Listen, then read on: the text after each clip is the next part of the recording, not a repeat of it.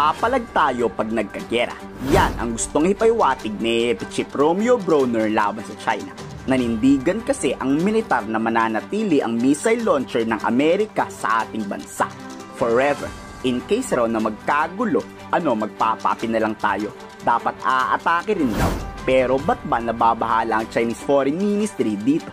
Sino ba naman kasing hindi matatakot? Kasalukuyan kasi itong nakapwesto sa isa sa airbase sa norte at nakatutok rin sa West Philippine Sea, kung saan kayang abutin at pasabugin ang anumang teritoryo ng China.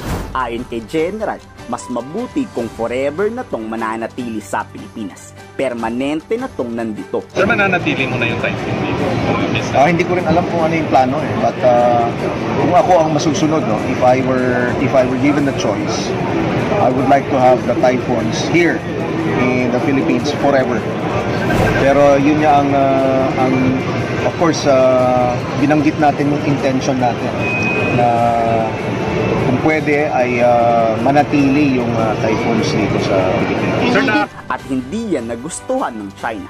Bilang babala kay General Brawner, nagpakawala ang China ng intercontinental ballistic missile sa Pacific Ocean.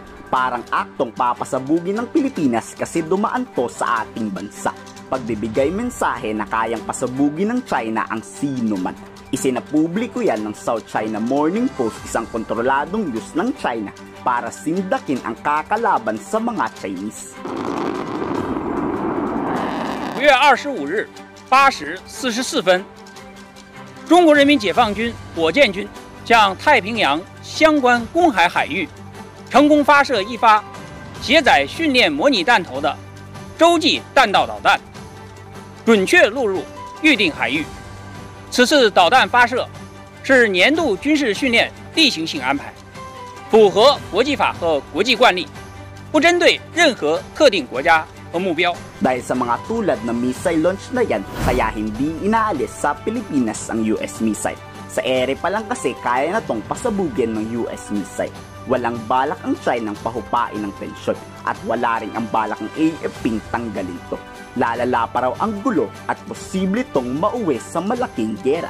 I think they're getting worse because China has been acting more aggressively in trying to harass and prevent our ability. For example, in the case of the Second Thomas Shoal or Ayungin Shoal, there was the fear that if these incidents continue, they could further escalate and even lead to the possibility of some miscalculation or some accident which could further or exacerbate the situation and increase tensions to the point where you might enter various stages or situations where some unfortunate incidents could happen. Dapat lang na wag alisin kundi dagdagan pa.